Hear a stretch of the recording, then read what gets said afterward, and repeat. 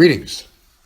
When you become a serious Christian, you may have found yourself scrambling to find out how to be a light to others in this world of darkness.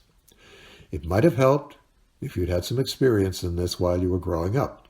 Now you can help your own children to avoid much of this problem. This is The Practicing Christian, and this week's report is on a spiritual environment. In a basic sense, a house of God is a structure to which people come for worship and then go home. That means it's empty most hours of the day. The original house of God was the temple in Jerusalem. No one lived there, unless you count God, who was believed to do so. The Levitical priests went home to their families, as many clergy do today. We read very little of those priests' homes or of rectories and parsonages today as being considered houses of God, or even as being spiritual environments. Understandable, if the priest is studying, writing, and visiting, or out at meetings, his house is basically a work and family place.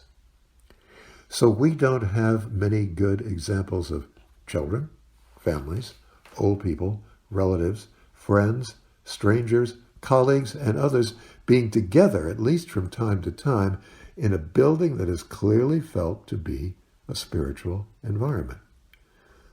We're likely to use this term now, a house of God, for a building with lots of people coming and going, and where the Spirit of God is almost a palpable presence.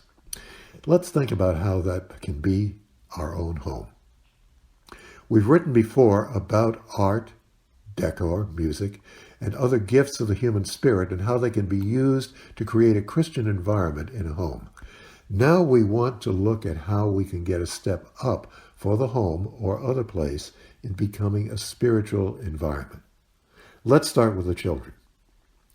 There are almost always children. If the house is inhabited by two people over the age of 60, they may still have children and grandchildren over. If you've children of your own, start building this presence with questions to them, like this. Andrea, your room needs painting. What color would be a happy color for God in your room? After the, huh?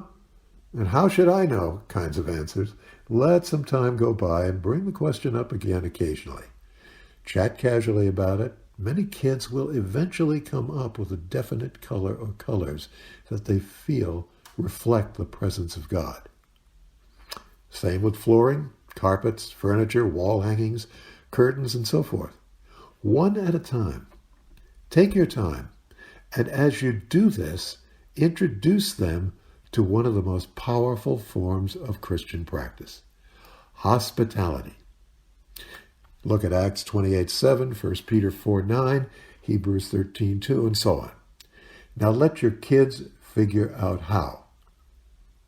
Use a sleeping bag, a futon, an upper bed that's always ready for use, a small chest for their backpack, some hangers. How long might they stay? Are they here for a Bible conference or driven away from home? Visitors from Malawi or from down the block? Or just here for lunch? The more your children own the idea of they themselves being hospitable and caring for their guests, the warmer and brighter will be their room and your whole house. Watch how their level of taking responsibility for their guests will grow. Ask them if they want to be like the Gideons, with a Bible always there waiting for a guest to arrive and to take home with them when they leave if they like. Then let them, with their money, buy that Bible. Never worry about space. That's what sleeping bags and futons are for. There are countless Christians who live alone in one-bedroom apartments and who practice Christian hospitality all the time. It's not the richness of your decor, but the warmth of your heart and that your children's guests will find so very much appreciable. For your home will have become a deep, rich spiritual environment. Remember, you don't build an outpost of the kingdom to look like a cell. You do it by opening a door to a neighborly feeling. Now, let's go to the dining room, if you regularly use one, or the part of the kitchen where you generally eat. There can be a drawer in the buffet, or sideboard, or credenza, or whatever, or an attractive old box on the kitchen counter.